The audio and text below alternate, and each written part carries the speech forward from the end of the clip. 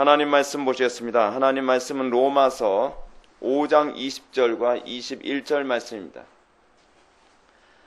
하나님 말씀은 로마서 5장 20절과 21절 말씀, 신약성경 246페이지입니다. 신약성경 246페이지 로마서 5장 20절과 21절 말씀 찾으셨으면 제가 봉독하겠습니다. 율법이 들어온 것은 죄를 더하게 하려 함이라. 그러나 죄가 더한 곳에 은혜가 더욱 넘쳤나니 이는 죄가 사망 안에서 왕노릇한 것 같이 은혜도 또한 의로 말미암아 왕노릇하여 우리 주 예수 그리스도로 말미암아 영생에 이르게 하려 함이라. 아멘. 이 시간은 기독교 강요체 2권 6항부터 9항까지 보시겠습니다. 율법의 첫 번째 기능, 하나님의 의의를 밝히 드러내어 인간의 죄성을 밝히 온전히 하나님의 긍휼하심을 바라도록 만듦이라고 하는 부분을 보시도록 하시겠습니다. 여러분들 교재 435페이지 되겠습니다. 435페이지. 우리는 흔히 율법을 별로 반가워하지 않습니다. 우리는 주로 복음을 얘기해 주길 좋아합니다. 그러나 복음을 얘기하기 전에는 반드시 율법이 선행되어져야만 합니다. 만약에 복음을 다이렉트로 전해서 사람들에게 복음이 전달될 수 있다고 한다면 하나님께서는 구약을 만들지 않으셨을 것입니다. 하나님께서는 구약이라고 하는 하나의 과정을 허락하시고 그 과정 다음에 복음이라고 하는 과정을 우리들에게 주셨습니다. 그것은 이 율법이라고 하는 것 또는 구약이라고 하는 부분이 의미 없는 것이 아니기 때문에 그렇습니다. 그 복음이 태동하기 위해서 소위 엄마가 그 애를 임신해서 그 태중에 몸담고 있는 그 기간이 10개월 아닙니까? 그 애가 태어나기 위한 10개월의 기간이 필요한 것처럼 복음이 태동하기 위한 그 기간으로서 구약이라는 기간은 필요 충분 조건입니다. 없어서는 안 되는 과정이라는 겁니다. 그 과정이 우리들에게도 동일하게 적용되어집니다. 신약의 성도들에게도 소위 율법이라고 하는 것에 대한 이해, 바른 이해가 우리로 하여금 복음의 복음됨을 알게 만듭니다. 율법을 모르면 복음을 사실은 알 수가 없습니다. 무엇과 같은 거 하면 여러분 율법이 하는 역할이 뭐라 그랬죠? 율법을 통해서 우리의 타락상이 얼마나 심각한지를 알게 하는 것이라고 하지 않았습니까? 율법을 통하여 우리는 소위 복음의 필요성을 알게 합니다. 하나님은 어떤 존재인가? 우리가 하나님의 속성에 대한 분명한 바른 인식이 있어야 되는데 여러분들 학문에도요, 어떤 심리학을 다룰 때 심리학에도 이 소위 인간론이라는 게 있습니다. 인간론, 예를 들어서 프로이트의 인간론, 아들러의 인간론, 융의 인간론, 그 사람들이 가지고 있는 인간에 대한 이해가 다르거든요. 그리고 동양 철학에서도 인간에 대한 이해가 다 제각각입니다. 인간을 어떻게 이해하느냐에 따라서 그 인간을 어떻게 고칠 것이고 또 인간이 구성하고 있는 사회를 어떻게 고칠 것인가에 대한 접근 방식이 완전히 다르단 말이에요. 근데 성경이 얘기하는 인간론을 바르게 이해하려면 성경은 뭐라고 얘기하냐면 하나님을 바르게 알 때라야만 우리를 바르게 알 수 있다라고 얘기하고 있어요. 하나님을 바르게 아는 방법이 뭐죠? 그게 율법이에요. 그게 율법. 우리는 율법을 자꾸 어떻게 생각하냐면 하나 하지 마라에 관한 개념으로 이해하고 있는데 율법은 엄밀한 의미에서 그게 아니에요. 하나님의 어떠하심을 드러내는 거예요. 하나님의 어떠하심. 근데 그 율법을 통해서 하나님의 어떠하심을 알고 나면 우리의 어떠함이 보여요. 인간론이 보인다는 거예요. 그러니까 하나님을 알지 않고서는 인간을 알 수 없죠. 인간론에 대한 이해의 전제는 무엇이냐면 하나님을 아는 거예요. 그래서 기독교 강요에서 순서가 어떻게 되죠? 순서가요? 하나님을 아는 지식으로 먼저 시작하죠. 그리고 우리가 제2권으로 들어와서 인간론을 지금 배우고 있는 거예요. 우리가 지금 계속 율법 얘기하고 무슨 얘기하고 저 얘기하고 막 그러는데 그게 다 인간론 얘기하는 거예요. 인간론. 그 인간론 얘기하다 보니까 반드시 뭘 다룰 수밖에 없냐면 율법을 다룰 수밖에 없어요. 율법을 다뤄야만 우리의 인간의 인간됨이 보여지기 때문에 그런 거예요. 자, 예를 한번 들어봅시다. 여러분, 권투 선수가 스파링 상대를 붙여줍니다.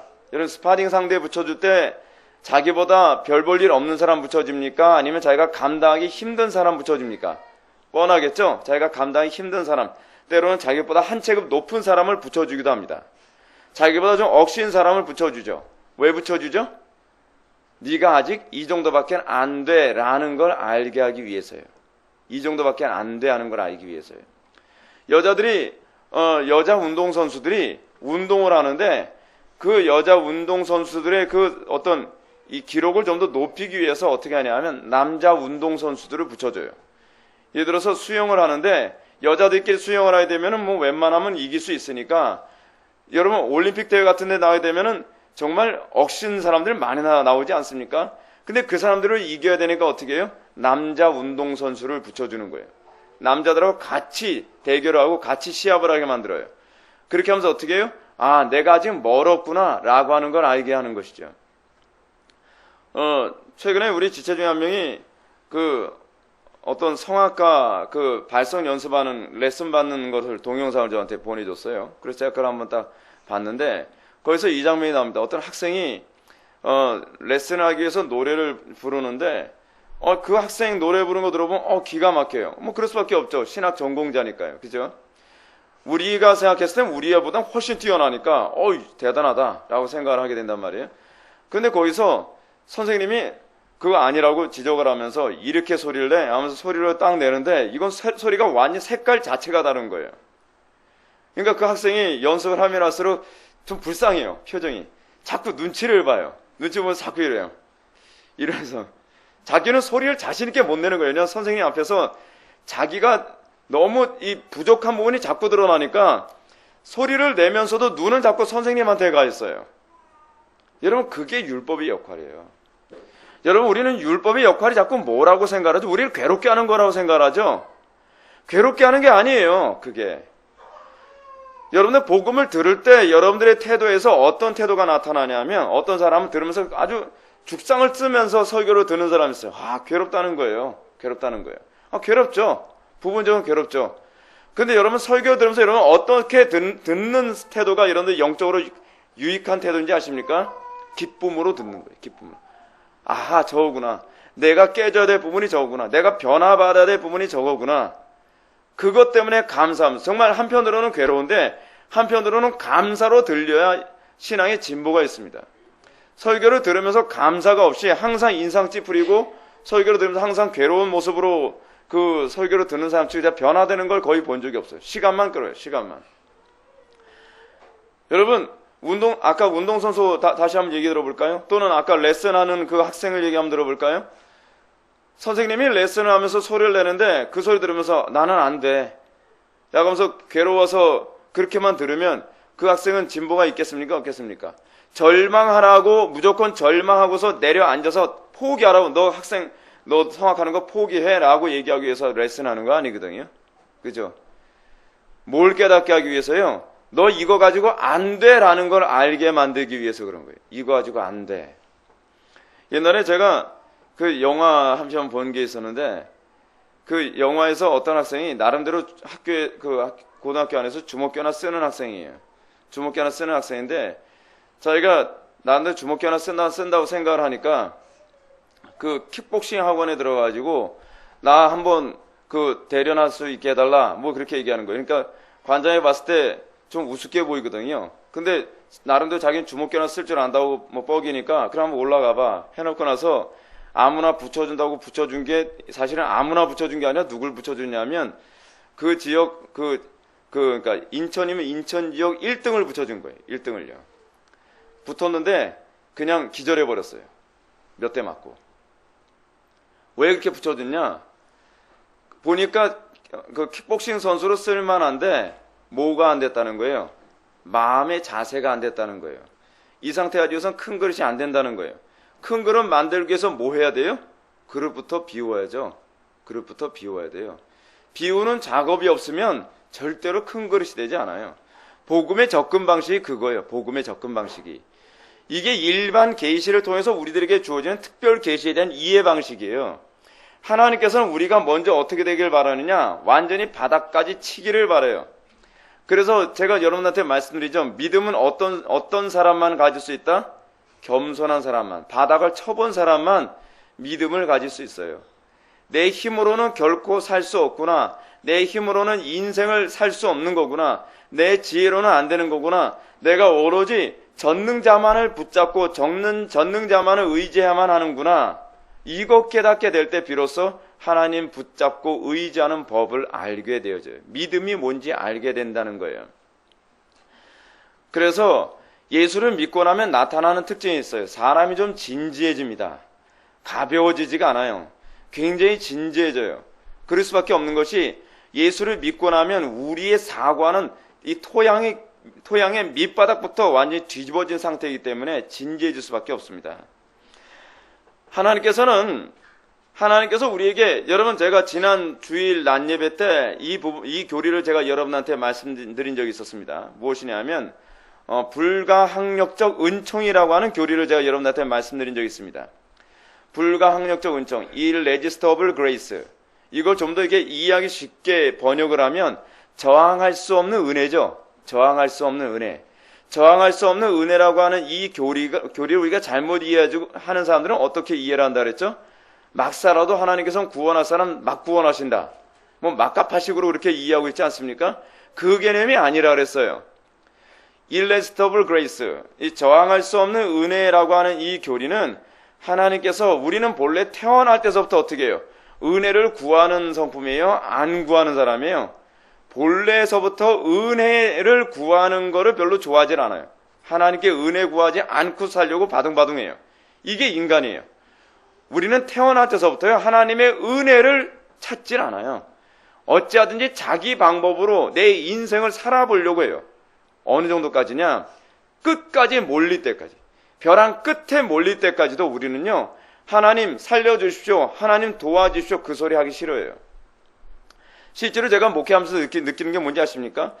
저 정도면 하나님 앞에 죽기 살기로 매달릴 것 같은데 그래도 매달리지 않는 것을 제가 볼 때마다, 야, 인간이란 존재가 어느 정도로 하나님을 의지하기 싫어하는지 저 정도구나. 하나님 앞에, 여러분, 하나님께서 이스라엘 백성들에게 뭐라고 얘기합니까? 너희들을 하도 때려서 어떻게 해요? 더 이상 때릴 자리가 없노라. 그렇게 얘기하는데도 불구하고 이스라엘 백성들은 하나님 앞에 회개한다 그래요? 안 한다 그래요? 안 한다 그러죠. 회개한다는 얘기가 무슨 얘기인지 아십니까? 하나님께 은혜를 구하고 우상에게 은혜를 구하던 걸 포기한다는 개념이에요. 그게 회개예요. 우상을 의존하던 태도에서 하나님을 의존하는 태도로 소위 의지의 대상이 바뀌는 것. 이게 회개예요. 이게 회개. 우리는 끝까지 뭘 의지하려고 그래요? 우상을 의지하려고 그래요. 그래서 지옥 가는 거예요. 그래서요. 여러분, 재미있는 게 뭔지 아십니까? 하나님께서 마태복음에 보면 예수님께서 지옥을 보내는 그 개념을 얘기하면서 뭐라고 얘기하냐면, 한번 좀 여러분 그 부분 한번 제가 읽어드릴게요. 예수님께서 마태복음 25장에서 비유를 말씀하시고 난 다음에 25장에서 이렇게 표현합니다. 25장 41절 보면 왼편에 있는 자들, 염소들 얘기하는 거죠. 왼편에 있는 자들에게 이르시되 저주받은 자들아, 나를 떠나 마귀와 그 사자들을 위하여 예비된 영원한 불에 들어가라 라고 이렇게 언급하였어요. 이거 뭐가 대단한 구절이길래 이 부분 언급하느냐? 여러분, 원래 지옥이라는 곳이 어떤 곳인지를 예수님이 말씀하신 거예요. 지옥이 뭐라고요? 죄인들을 위해서 예비된 곳이 아니에요. 어떤 곳이라고요? 마귀와 그의 사자들을 위하여 예비된 곳이에요. 그게 지옥이에요. 그러면 죄인들은 왜 지옥에 가느냐? 마귀하고 떨어지기 싫으니까 지옥에 가는 거예요. 마귀와 그의 사자들과 떨어져야만 지옥을 안 가는 거거든요. 근데 붙어 있으니까 가는 거예요. 어쩔 수 없이 가는 거예요. 그렇죠? 그러니까 여러분, 우리들의 이 죄악에 관한 문제가 무엇이냐면 우리는 어느 정도로 하나님께 연합한 삶을 살기 싫어하느냐? 어찌하든지 우상과 더 끝까지 붙어 있으려고 했어요. 어디까지요? 지옥에 떨어지는 그 순간까지 우상과의 연합으로부터 떨어져 나가기 싫어한다는 거예요. 우리가 자꾸 하나님의 최후의 심판에 관한 문제 안에서 우리가 착각을 하는 경향이 많이 있는데, 마치 지옥을 죄인들을 보내기 위해서 예비된 곳이라고 자꾸 착각을 하는 경향이 있어요. 궁극적으로 예수님의 말씀을 보게 되면 지옥은요, 마귀와 그의 사자들을 위해서 예비된 곳이에요. 근데 이 연합의 교리가 잘 언급하고 있는 것처럼 우리가 그리스도와 연합되지 않으면 어쩔 수 없어요. 마귀와 연합되어져 사는 것이기 때문에 그들이 갈 곳은 마귀가 가는 곳에 갈 수밖에 없는 거란 말이에요. 자, 그런 차원에서 인간의 타락은 어때요? 인간은 어찌하든지 그리스도와 연합하여 살려 하지 않아요. 어찌하든지 하나님을 의존하여 살려고 하지 않아요. 아무리 맞아도, 아무리 그 고통을 받아도 그래도 어떻게 해요? 선왕당이다, 비나이다, 비나이다, 비나이다. 아니, 망할 만큼 망했잖아요. 그리고 모욕 당할 만큼 모욕 당했잖아요. 그만큼 실패할 만큼 실패했잖아요. 그런데도 우리는요, 하나님 앞에 죽기 살기로 매달려들지 않아요. 우리나라를 보십시오. 우리나라만 보더라도 이토록 내려앉은 만큼 내려앉은, 이토록 하나님의 진노와 심판에 대한 징계가 이렇게 많이 왔어도 회개 안 하죠. 어떻게 해요? 자기 수단과 자기 방법을 여전히 의존하는 거예요. 여전히 기도하는 자리에 안 나와요. 아무리 두드려 맞고 아무리 망해도 어찌나 이유와 핑계를 계속 대는지 하나님을 의존하지 않아야 될 이유와 핑계를 끊임없이 대죠. 끊임없이 대요. 그거 왜 그래요? 그게 악하다는 거예요. 그게 악하다는 거예요.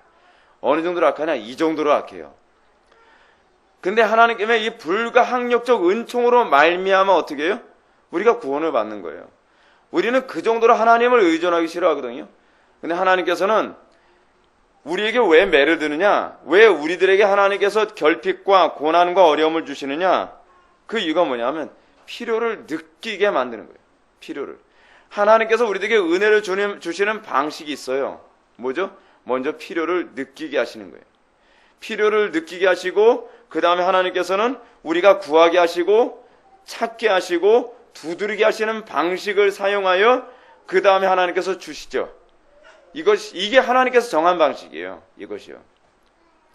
우리가 이 불가항력적 은총교리를 잘못 이해하고 하나님의 주권교리를 잘못 이해해서 하나님 뭐 주실 사람한테 주시고 은혜 주실 사람이 은혜 주시고 은혜 안 주실 사람에게 안 주시겠지. 그래서 노력 안 하는 사람이 있어요. 힘쓰지 않는 사람이 있어요. 감나무에서 감 떨어지듯 기다리기만 하는 사람이 있어요. 그거는요, 하나님의 은혜가 뭔지를 아직 모르는 사람이에요. 하나님의 은혜가 임하면 그들의 삶 자체가 하나님을 구하고 찾고 두드리고 하나님께 힘쓰는데 어느 정도 힘쓰느냐? 성경에 나온 인물들 보면 알 수 있어요. 한나에게 여러분 하나님께서 그냥 그 누굽니까? 사무엘 그냥 주면 되는 거 아닙니까? 아들 하나 딱 주면 되는 거 아니에요? 그렇게 안 주세요. 하나님께서는요. 애쓰며 힘쓰며 기도할 때 왜 그러는가? 구원이 그렇게 소중한 걸 알게 만들기 위해서요. 여러 가지 이유가 있는데 그 중에 하나가 이거예요. 여러분 하나님께요, 애쓰는 법을 배우십시오. 애쓰면서 하나님께 은혜와 긍휼을 구하는 법을 배우십시오. 다윗의 자손 예수여 나를 불쌍히 여기소서, 그 과정을 통해서 눈을 뜨게 되는 거예요. 12해 동안 혈우병 앓았던 여인이 힘써가면서 예수님의 옷자락을 만질 때 치유함을 받는 거예요. 예. 그리고 가나안 여인이 예수님께 그토록 무시당하고 이 거절감을 느끼는 가운데서도 그 가운데 주님을 찾고 찾는 가운데에 그러면서 내 믿음이 크도다라는 그런 칭찬을 듣게 되는 겁니다. 애쓰지 않고 우리는 간혹가다 이렇게 얘기하죠. 누구는 은혜 주시고 누구는 은혜 안 주시는가? 그거 하나님에 대해서 잘 모르는 사람이에요. 하나님 그 불평할 겨를이 있으면 좀 매달려 보십시오. 매달려 보세요. 항상 하나님께 긍휼을 구하지 않은 사람들이 항상 뭐라고 얘기하냐면 하나님 너무하다는 소리만 합니다. 전 그 사람들 보면 정말 너무하다고 생각 들어요. 제가 보기에는요. 그렇기 때문에 하나님께서는 우리들에게 구원을 주실 때 어떻게 구원을 주시냐면 거룩에 대한 열망과 아울러서 구원을 주세요. 먼저 그래서 여러분들이 예수를 믿고 난 다음에는 끊임없이 우리가 어떤 열망 가운데 살아가요? 거룩에 대한 열망 가운데 살아갈 수밖에 없죠. 왜요? 하나님께서 우리를 구원하신 목적이 어디에 있기 때문에 그래요? 거룩하게 하기 위해서 구원하셨거든요. 그렇기 때문에 처음에는 재물의 문제, 가정의 문제, 뭐 결혼의 문제, 여러 가지 어떤 다양한 문제, 내 힘으로는 도무지 감당할 수 없어서 꼭 마지막에 하나님께 매달려요. 꼭. 그렇죠. 첫 번째로 매달리는 게 아니라. 그래서 주님께 매달리는 가운데 그러면서 구원을 받는단 말이에요. 그러고 난 다음에 그들이 뭐에 대해서 열망을 느끼게 하시냐면 하나님께서는 거룩에 대한 열망을 느끼게 하세요. 제가 여러분한테 그런 말씀 드렸죠. 여러분들이 어떤 열망을 느끼게 됐다는 것은 하나님께서 그걸 주시기로 뭐 하셨다? 작정하셨다는 걸 의미해요. 그러니까 여러분 그런 거 있잖아요. 공부 잘하고자 하는 열망이 없는 사람이 공부를 잘할 수 있는 방법이 없어요.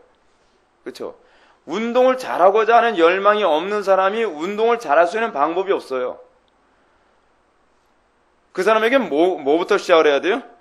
그 욕구부터 시작을 해야 돼요. 욕구부터. 그래서 제가 하나님 앞에 이렇게 기도를 합니다. 제가 어떤 부분을 제가 잘하기를 원한다고 하면 하나님 제가 그것에 대한 열정을 품게 해주십시오. 그 기도부터 시작을 해요. 그 열정이 없으면 아무것도 소유하지 못하거든요. 여러분 예를 들어 봅시다. 우리나라에서 영어 잘한다 뭐 이런 사람들 보게 되면 다 영어에 한동안 좀 미쳤던 사람이에요. 예. 미치지 않고서 얻을 수 있는 방법이 없어요. 하물며 하나님께 주신 은혜의 삶을 살아가는 것조차도요. 우리가 은혜에 완전히 몰입되고 그것에 미치지 않는 한 우리가 은혜를 우리가 소유할 수 없어요. 그래서 하나님께서는 거룩을 주실 때 거룩에 대한 열망을 먼저 주십니다. 거룩에 대한 열망을 주시고 그것을 여러분 마태복음 5장에서 뭐라고 얘기하고 있다고요?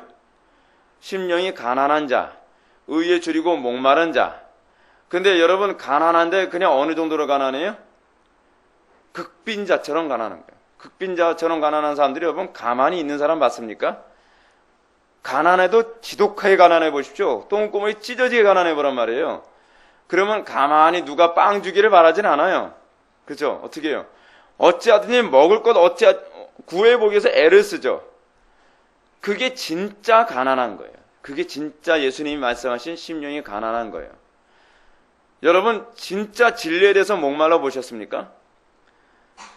진리에 대해서 목마르지 않은 사람은요. 자기 입맛에 맞는 말씀만 찾아다니다가 볼장 다 봅니다.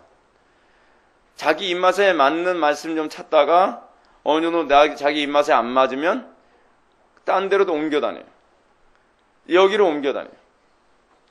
여러분 그건 아직 진리에 대해서 목마른 게 뭔지 모르는 사람이에요. 진리에 대해서 목마른 사람은요. 어느 정도냐면 끝장을 볼 때까지 그 부분을 들이파게 되어 있어요. 여러분 그게 진짜 진리에 목마른 사람이에요. 우리는 간혹 가다가 그 유사 목마른 자를 많이 봐요. 유사 그리스도인이라고 얘기하기는 좀 미안하고 유사 목마른 자. 뭘 목마른 것 같은데 그러면서 진리를 찾아서 돌아다니기는 하는데 어떻게 해요? 좀 지식을 어느 정도 채우면 그 다음부터는 식상해 하는 거예요. 왜냐하면 그건 지식에 목마른 거지 진리에 목마른 게 아니에요. 여러분 이거 분명하게 아십시오. 여러분들이 지식에 목마른 사람이냐 진리에 목마른 사람이냐는 그리스도를 소유하기 전에는 내가 만족해하지 않겠다라는 것인지 그렇지 않으면 내가 지식을 소유하기 전에는 내가 만족하지 않겠다는 것인지 이거 구분을 분명하게 하셔야만 합니다. 지적인 지식으로만 만족하는 사람은 그냥 그걸로 끝나버려요. 그러면서 지식으로만 만족하면서 그냥 모든 걸 접어버리죠. 근데 여러분 그리스도를 진정으로 목말라하는 사람, 그 사람은 그리스도와의 온전한 연합을 이루기까지, 그건 언제까지? 주님 오시는 그날까지죠. 그 열정이 식을 수가 없는 것입니다. 왜요? 성령께서 끊임없이 그것으로 인하여 목마르게 우리를 만들기 때문에 그래요. 그래서 하나님께서는 또한 지혜를 주실 때도 어떻습니까? 지혜에 목마르게 하십니다. 여러분들이 지혜를 구하게 될 때에 하나님 지혜 주십시오. 이렇게 해서 지혜를 받는다고 생각하지 마십시오. 하나님께서 지혜를 주실 때는요. 지혜를 안 주시면 미칠 것 같은 수준이 되어야 돼요. 네. 어떤 분이 저한테 문자를 보냈습니다. 최근에요. 그래서 제 인터넷을 제 설교로 듣는데 자기가 정말 완전히 처참합니다. 뭐 그렇게 표현해요. 여러분, 복음이 하는 첫 번째 역할이 그거죠. 율법을 통해서 우리가 어떻게 해요? 처참함을 알게 되는 거죠. 처참함을 알게 됐을 때, 그래서 복음의 근원 대신 그리스도께로 가게 되는 거예요. 그리스도께로 찾아가게 되는 거예요. 여러분, 몸 되게 아파본 사람 있죠? 몸 아파본 사람들이 이렇습니다. 용하다는 의사는 다 찾아보지 않습니까? 그거 왜 그래요? 못 견딜 정도로 아프니까 그런 거예요. 참을 수 없을 정도로 아프니까 그런 거예요. 견딜만 하면 어떻죠? 안 찾죠? 그냥 웬만하면 참아보지 않습니까? 근데 끊임없이 제대로 된 의사를 찾는 사람들은 어떤 사람이에요? 몸이 진짜 참을 수 없을 정도로 아픈 사람이 찾는 거죠. 그런 사람이 찾는 겁니다. 율법이 우리 속에 작용하는 우리의 마음을 가난하게 만들고 우리를 비참하게 만드는 수준이 무엇인가? 그 정도예요. 우리의 영혼의 유일한 치료자이신 그리스도를 내가 만나지 않고서는 견딜 수 없도록 만드는 것입니다. 그 안에서만 생명이 있음을 고백하게 만드시는 것입니다. 자, 그래서 여러분들 435페이지 첫 번째 패러그래프 맨 밑에 부분, 밑에 줄을 한번 보시기 바랍니다. 제6항 도덕법의 첫 번째 기능 맨 밑에 줄, 그 첫 번째 부분은 하나님의 의, 오직 하나님께서 받으실 만한 의의를 드러냄으로써 각 사람에게 자신의 불의에 대하여 경계하고 알리고 깨우치고 정죄하는 부분이다. 율법이 하는 첫 번째 일이 뭐라고요? 하나님의 의의를 드러내는 거예요. 하나님의 의의를 드러내면, 하나님의 의의를 여러분들이 알게 되면 여러분들의 의의가 어떤 상태라는 걸 알게 돼요? 이 누더기 같은 의의라는 걸 알게 되는 거예요. 누더기 같은 의의. 그러니까 태권도 처음 배운 사람들이 괜히 깝죽대고 운동 꽤나 하는 것처럼 그러지 않습니까? 근데 그러다가 태권도 고수를 딱 만나면 내 기술이 어떻다고 생각하는 거예요? 너무나 처참해서 창피해서 고개도 못 들겠다. 이렇게 되는 거죠. 여러분, 우리의 신앙생활에 있어서 우리가 하나님의 의의라고 하는 절대 의의를 알고 나면 우리는 비로소 내 의의를 자랑할 것이 없고 뭘 찾아다니게 됐어요? 하나님의 의의를 찾게 됐어요. 여러분, 하나님의 의의라고 했을 때 하나님의 의의라는 이 표현은 지금 칼빈이 사용하는 이 의의는 뭐예요? 율법이에요. 근데 사도 바울이 하나님의 의의가 율법으로는 의로워질 수 없기 때문에 하나님께서 하나님의 의의를 우리에게 보이셨다라고 얘기하고 있어요. 그 의의는 뭐죠? 예수 그리스도예요. 예수 그리스도. 예수 그리스도는 하나님의 의의시죠. 그죠? 그 예수 그리스도가 하나님의 의의시기 때문에 우리가 비로소 내 의의로 살아가기보다는 이제 누구의 의의를 살아가려고 하게 되냐? 하나님의 의의신 예수 그리스도의 의의를 덧입어 살게 돼 있어요. 이게 무슨 얘기냐면, 제가 뭘 얘기하려고 하냐면, 자꾸 율법, 지금 오늘 점심 좀 지나서 어떤 분이 이제 저한테 전화를 하셨는데, 미국에서 전화 왔어요. 그분은 이제 안식교인이신데, 제 설교를 듣고서 안식일에 관한 이해가 자기네들이 가지고 있는 이해에 대해서 많이 다르다라면서 일종의 저한테 어떤 항변도 아니고 약간 그런 식으로, 그분이 아마 제 설교 또 이거 들으시게 되실지도 모르겠어요. 근데 그분이 이제 제 설교를 굉장히 즐겨 듣고 계신데 안식일에 관해서는 좀 동의하기 힘들다, 이제 이런 얘기를 해요.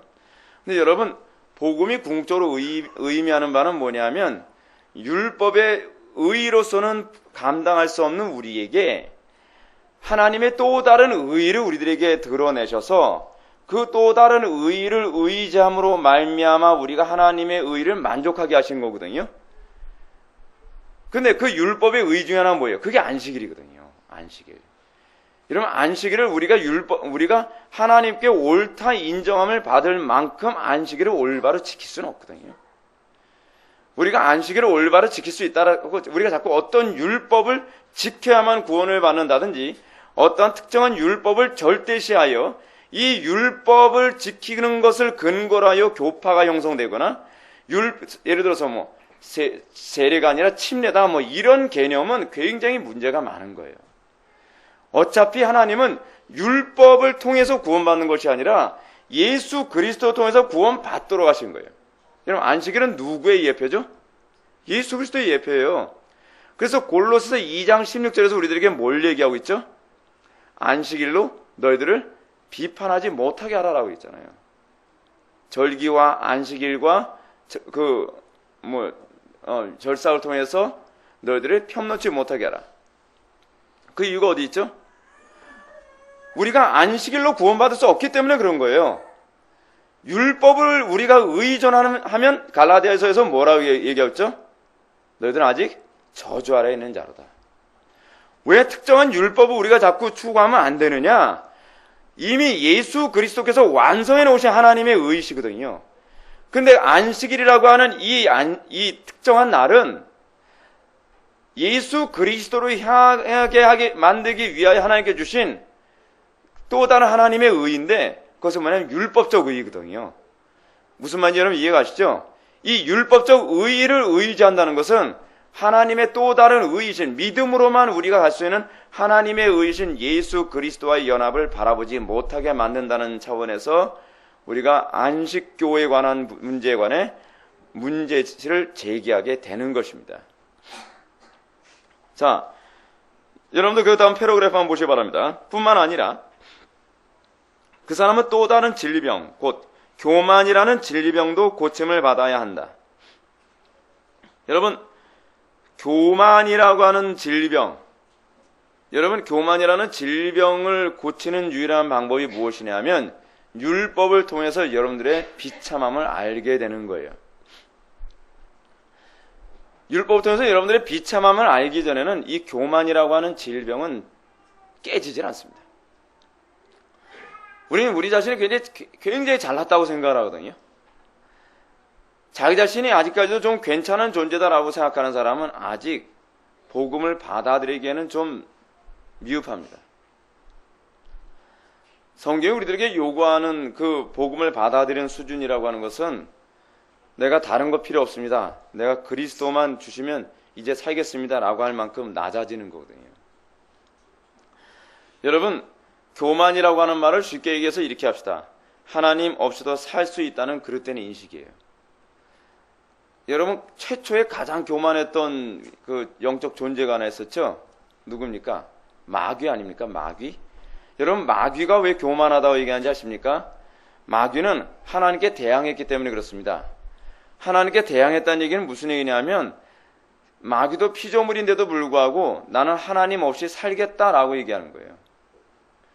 여러분, 하나님 없이 또는 하나님과 동의하지 않고 사는 것을 선택하는 행위가 얼마나 큰 죄악인지 여러분 아십니까? 우리는 하나님하고 동의하지 않고 사는 것을 아무렇지도 않게 생각을 합니다. 이게 바로 죽은 심령이라는 거예요. 이게 죽은 심령.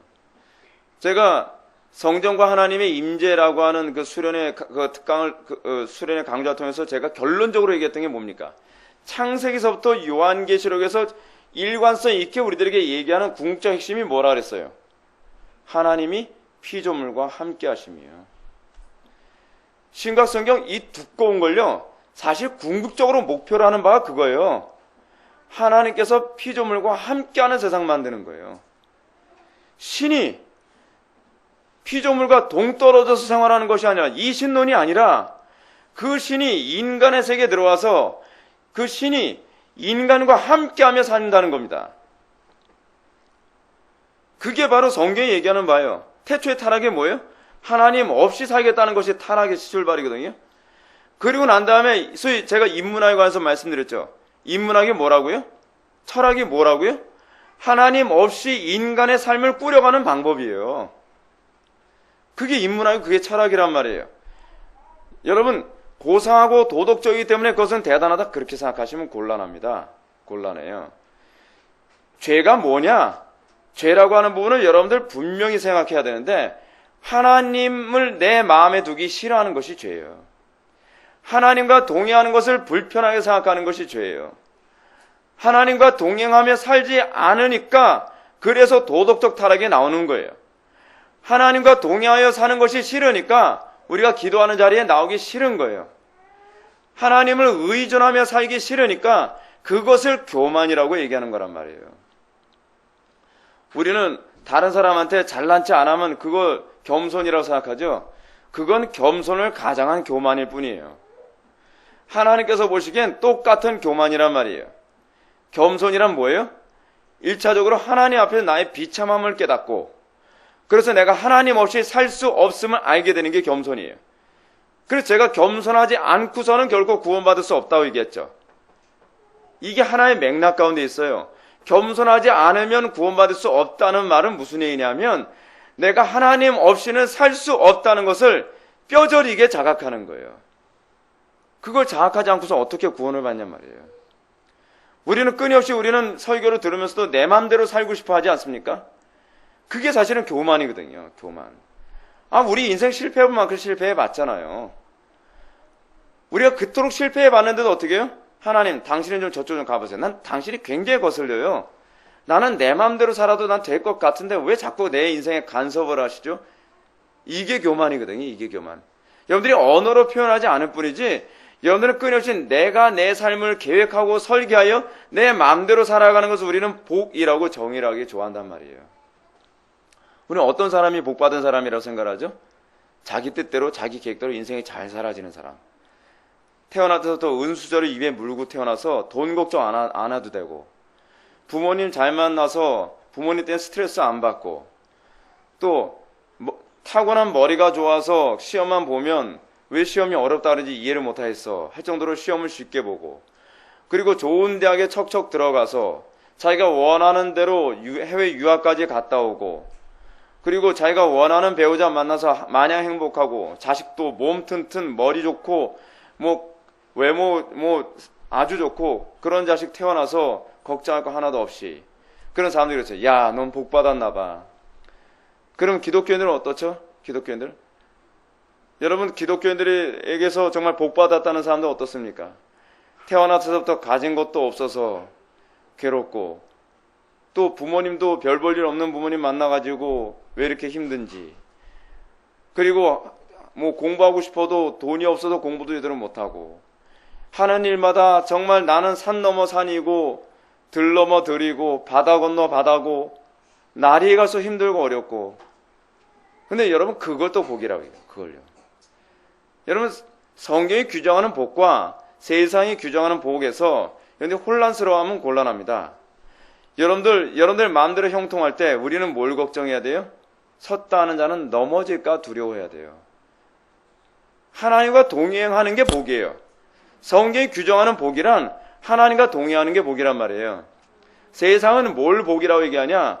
신을 의존하지 않아도 살 수 있는 모든 삶의 환경을, 그걸 복이라고 한단 말이에요. 이가 튼튼해서 치과 한 번 가지 않아도 되고, 몸 건강해서 죽을 때까지 병원 한 번 가지 않고 살아도 되고. 여러분, 우리는 이거 얼마나 복되다고 생각합니까? 근데 이 사람이 정말 불쌍한 사람이에요. 잠깐 살다가 사라지는 안개 같은 이 땅의 삶에서 하나님 조금 의지하지 않고 살아가는 것을 복이라고 생각을 하니, 그러니까 이런 애들의 특징이 뭐냐면 고민을 안 해요. 생각을 안 하고 산단 말이에요. 걱정, 근심이 없어요. 그래서 우리나라에 지금 문제가 뭐라는 거예요? 풍요가 지금 재앙이라고 얘기해요. 풍요가 왜 재앙이에요? 하나님을 의존하지 않을 명분을 삼고 있으니까 그런 거 아닙니까? 여러분, 궁극적으로 성경이 얘기하는 복을 절대로 잊지 마십시오. 내가 하나님 의존하지 않아도 살 수 있는 환경이 되고 있으면 이건 큰일 났다. 둘 중에 하나다. 하나님께서 간섭해 주신지, 간섭 안 하면 나는 아웃이다. 근데 우리는 어떻죠? 기도 안 해도 사는데 지장 없고, 신앙생활 흐리멍덩하게 해도 별 어려움 없는데. 여러분, 제가 여러분한테 이런 말씀드리죠. 하나님 말씀대로 순종하며 살지 않았는데도 불구하고 어려움이 안 생기면 더 외식으로 빠질 가능성이 높다 그랬죠. 왜 그런지 아십니까? 하나님의 법을 어기는데 담대해져서 그래요. 여러분, 새신자들이 왜 믿음이 잘 들어가는지 아십니까? 새신자들은요, 이렇게 살아야 돼 라고 얘기하면, 그렇게 안 살면 하나님이 홍두깨라도 들고서 한 대 때린 줄 알아요. 그 사람들은 주일성수 안 하면 차 타고 가다가 차가 전복되는 줄 알아요. 그 사람들은 배 타고 어디 가면 배가 침몰하는 줄 알아요. 비행기 타고 어디 놀러 가면 비행기가 그냥 추락할 줄 알아요. 그 사람들은 두려워할 줄 안단 말이에요. 그래서 초기에 복음을 받아들이는 사람들이 주로 불신자들이에요. 근데 외식에 빠지면 잘 회심이 안 일어나요. 왜냐하면 좀 잔머리가 좀 많이 컸거든요. 그죠? 그래서 뭐라고 생각해요? 아유, 주의성수 한 번 안 해도 사는데 지장 없어. 안 죽어. 걱정하지 마. 교통사고 안 나. 이걸 자랑이라고 얘기하면 곤란하겠죠. 그렇죠? 이건 진짜 속된 말로 간땡이가 부은 겁니다. 간땡이가 부은 거예요. 어느 정도로 부었어요? 죽을 때까지 갈 때까지 가겠다는 거예요. 그러니까 이런 사람들은 하나님을 경외하는 법을 몰라요. 그죠? 하나님께서 치실 때까지, 야, 여러분 거기까지 가면 곤란하겠죠. 그렇죠? 근데 간땡이가 부어서 이 두려움을 모르는 상태가 되면요, 점점 붓거든요. 하나님께서 웬만큼 치셔도 내가 극복할 수 있다고 생각을 해요. 그러니까 이게 참 걱정이에요. 이게 걱정. 뭐가 복이에요? 하나님 두려워하는 게 복이에요. 괜히 써붙인 거 아니거든요. 이것이 여호와를 경외하라. 여호와를 경외하라. 여러분 경외가 뭔지를 알아야 돼요. 경외가 뭔지 아는 사람만 소위 복음이 뭔지를 알아가게 됩니다. 근데 어떤 사람만 경외하느냐? 내 마음대로 내 인생이 안 사라지는 사람만 경외하는 걸 알게 되죠. 하나님께서 내 호흡을 다 주관하신다. 하나님께서 내 자녀들의 삶 하나하나를 다 주관하신다. 하나님께서 내 인생의 그 모든 순간순간을 다 주관하신다. 내가 학교에 떨어지고 부끄러 하나님이 다 결정하신다. 내가 어떤 부분을 결정해도 그 결과를 하나님이 다 결정하신다. 이게 믿어지기 시작하면요, 그 다음서부터는 두려워서 하나님을 의뢰하지 않고 내 마음대로 하지 못해요. 내 마음대로요. 우리는 얼마나 자기 마음대로 결정해가지고서 어려움을 처하는 경우가 굉장히 많이 있습니까? 우리 주변에, 우리 교회도 지금 제가 그 부분 때문에 좀 두려워하는 것이 이제 그건데, 우리 교회도 지금 예배당 이전 문제를 가지고서 지금 기도하고 있지 않습니까? 근데 예배당 이전 문제가 이게 참 심각한 문제인 게 뭐냐면, 한국 교회에서 거의 상당수의 교회들이 예배당 이전을 하는데 하나님을 의존하며 예배당 이전하는 개념은 없어지고 머리를 쓰는 거예요. 전략을 쓰는 거예요.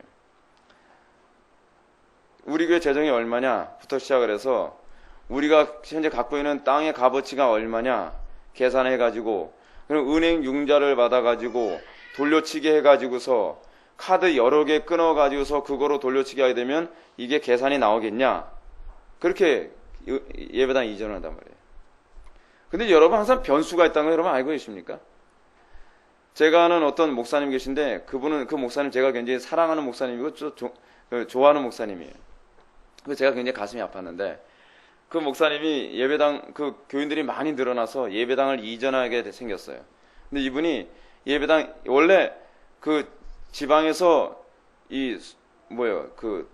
속셈학원 강사 출신이거든요. 속셈학원 강사 출신인데 머리가 하도 좋아가지고 이 목사님은 그 지역의 모든 속셈학원을 다 장악해버렸어요. 그래서 주변의 속셈학원은 다 망해버렸어요. 이 한 분 때문에. 그 정도면 얼마나 이 계산 빠르신 분인지 알만하죠. 그러니까 이분이 교회 재정 얼마, 교인 헌금 들어올 거 얼마, 그리고 땅값 얼마 딱 계산해가지고, 그러면은 은행 융자를 얼마 받아가지고 이렇게 하게 되면 절대로 손해 안 보고 어려움 안 당해서 예배당 이전 가능하겠다. 계산이 딱 떨어졌어요. 이분 계산 틀림없거든요. 근데 이제 문제가 생겼어요. 어떤 문제가 생겼냐? 그 예배당 이전하기 위해서 그 건축을 담당한 장로님이 딴 마음을 품은 거예요. 돈 가지고 튀었어요. 그래서 돈이 2배로 들었거든요. 돈이 2배로 드는 바람에 결국 그 예배당을 건축을 마치고 그리고 나서 돈을 줘야 되는데 돈을 줄 수가 없는 상황이 돼버리고 말았어요. 그래서 나중에는 그 건물 딴 사람 좋은 일 시켜줘 버리고 부도나 버렸거든요. 그래서 다시 개척을 하게 돼버렸어요. 왜냐면 교인들 다 떠났으니까요. 인생이 계산처럼 되지 않거든요. 근데 제가 생각하기엔 그분은 복 받은 거예요. 왜냐면 인생이 내 계산대로 되지 않구나. 근데 제가 아는 어떤 분은 계산대로 인생이 너무 잘 살아져요. 자기가 계산한 대로 예배당 이전하는데 어찌나 좋은 사람을 만나는지 기도 한 번도 제대로 하지 않는 분이라고 제가 알거든요. 근데 좋은 건축업자 만나가지고 손해가 아니라 오히려 저렴한 가격에 막 예배당도 건축하고 뭐 교육관도 건축하고 막 그래요. 그러니까 어떻게 해요? 내 생각대로 하면 다 돼. 내 계산대로 하면 다 돼. 이 소리가 자꾸 나오는 거죠. 근데 이게 복이 아니에요. 이게 복이 아니에요. 우리가 예배당 이전이라고 하는 것을 하나를 딱 염두에 둘 때도 뭐부터 시작해야 되죠? 하나님 두려워하는 것부터 시작해야 돼요. 우리의 방법 사용하면 안 되겠다. 하나님께서 정하신 방법이 있다. 하나님께서 원하시는 장소가 있다. 하나님께서 뜻하시는 방법이 있다. 제가 왜 예배당 건축하는 문제를 가지고서 여러분한테 그 헌금에 관해서도 이런 방법 얘기를 안 하는지 아십니까? 하나님의 방법이 아니라고 생각하기 때문에 그래요. 하나님의 방법으로만 하자. 안 되면 말지. 굳이 예배당 크게 뭐 이전 꼭 해야만 하는 거 아니면 하나님께 스톱시키겠죠. 그러니까 우리의 항상 모든 관심은 어디에 있어야 된다는 거예요? 하나님과 동행하는 길이 무엇이냐만 관심을 가져야 돼요. 그게 하나님을 경외할 때만 가능해요. 근데 우리 자꾸 어떻게 하죠? 내가 가지고 있는 여건과 환경을 가지고 두드려 맞추기 좋아하죠. 그래서 어떻게 얘기해요? 하나님이 날 따라오세요 라고 얘기하기 좋아한단 말이에요. 그럼 우리가 하나님의 뜻을 알 필요가 없죠. 자, 제가 여러분한테 기도에 관해서도 말씀드렸습니다. 기도는 어떻게 하는 거라 그랬어요? 내 뜻을 강요하는 거라 그랬어요? 아니라 했죠? 기도 응답을 백발백중 받는 방법이 하나 있어요. 하나님의 뜻을 알고 하나님의 뜻이 내 뜻 되는 거예요. 하나님의 작정이 내 작정이 되는 거예요. 그러니까 조지 뮬러 같은 사람이 5만 번 기도 응답 받았다고 얘기하죠. 왜냐하면 조지 뮬러 같은 사람은요, 하나님의 뜻에 그만큼 밝았다는 거예요.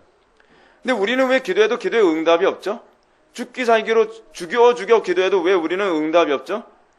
우리는 자꾸 내 뜻을 하나님께 강요하기 때문에 그래요. 신앙은 그게 아니에요. 이 땅을 살아가면서 아버지의 뜻에 내 삶이 이 소위 오버랩돼서 살아가는 거예요. 이게 신앙생활이에요. 이게 신앙. 근데 우리는 자꾸 어떡하죠? 내가 삶의 계획을 다 세워놓고 하나님께서 내 삶의 보조자가 돼주길 바라는 거예요. 그러니까 기도에도 응답이 없고 맨날 실패하고 어려움 당하다 맨날 이 소리만 나오는 것이죠. 그건 아니에요. 그게 아니에요. 우리가 인생을 살아가면서 실패하지 않은 유일한 방법이 있어요. 제가 여기서 말씀드린 실패라고 하는 것은 뭐 인간적으로 얘기하는 성공 실패의 그 개념이 아닙니다.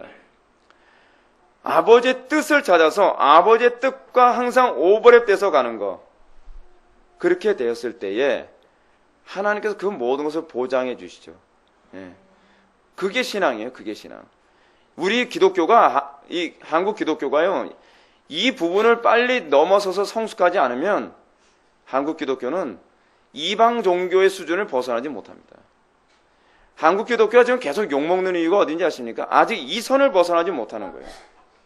제가 아무리 설교해도 많은 사람들이 내 뜻이 나의 삶의 중심이고 아버지의 뜻은 항상 내가 좀 여유가 있을 때 관심을 가질 대상이라고 생각을 하거든요. 그러니까 기독교 수준이 벗어나지 못하는 거예요. 근데 이 수준을 벗어나야 적어도 미국 교회 성도들 수준이 돼가는 거예요.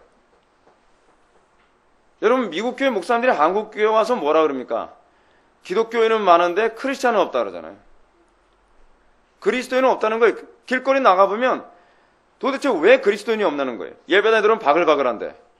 이유가 어디 있죠? 여전히 미신적인 사고방식을 가지고 있는 거죠. 소원 성취를 위해서 신앙생활을 한다는 거예요. 내 뜻을 성취하기 위해서 신앙생활을 한다는 거예요. 그렇게 생각하면 곤란하죠. 우리가 신앙생활을 시작했다면 이제는 내 사고가, 제가 적어도 우리 교회 성도들에게 이걸 강요하고 싶어요. 여러분들이 적어도 우리 교회 올 땐 신앙생활 제대로 하고 싶다고 우리 교회 왔을 텐데, 그렇다고 한다면 여러분들은 이것부터 뜯어 고쳐야 됩니다. 이것부터 개혁해야 돼요.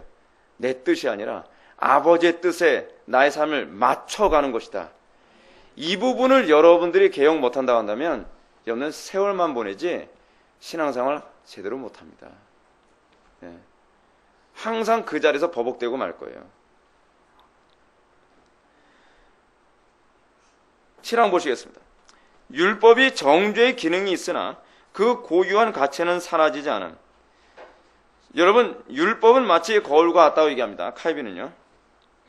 마치 거울에서 온 얼굴에 묻은 얼룩을 보듯이 그 속에서 우리의 연약함을 보고 또한 그 연약함에서 나오는 불법을 보며 또한 그 두 가지 모두의 결과인 저주를 보는 것이다. 여러분, 인간의 전적 무능이라고 하는 그 교리가 있지 않습니까? 근데 그 무능이 어떤 무능이에요?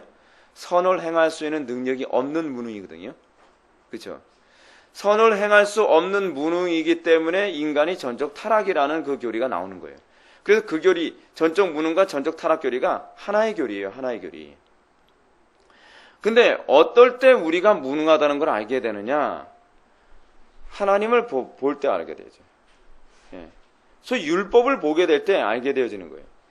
여러분들이 정말 제일 조심해야 되는 게 뭔지 아십니까? 맞춤식 신앙교육을 조심하십시오. 율법이 그겁니다. 율법주의자들이 그거 한 거예요. 여러분, 바리새인들과 같은 율법주의자들이 한 게 뭡니까? 우리가 율법을 지킬 수 없다는 것을 깨닫게 하기 위해서 율법이 주어졌는데 율법을 어떻게 만들어버렸어요? 개량시켜버린 거예요. 어떻게 해요? 우리가 지킬 수 있는 것으로 개량시켜버린 거예요. 그 율법의 원래 기능을 모르는 거거든요. 제가 방금도 안식교에 관해서 제가 말씀드렸는데 여러분, 안식일을 통해서 하나님께서 우리들에게 목표로 하는 바가 뭔지 아십니까? 안식일을 지킬 수 없다는 걸 알게 하기 위한 거거든요. 그래서 안식일을 지킬 수 없다는 걸 알게 함으로 말미암아 우리를 어디로 가게 만들어요? 안식일의 주인이신 그리스도로 향하게 만드는 거예요. 근데 이제 문제는 제가 그 안식교에 다니시는 그분하고 제가 대화를 나누는데 그분은 뭐라고 얘기하냐면 안식일은 사람을 위해서 있는 것 아닙니까? 라고 하는 얘기를 해요. 맞는 얘기죠. 성경에 나오는 얘기예요. 안식일은 사람을 위해서 있는 날이기 때문에 우리 안식교회는 안식일을 사람들의 유익을 위해서 안식을 지킨다는 거예요. 옛날 같은 방법으로 제사를 지내거나 뭐 그러지 않는다는 거예요.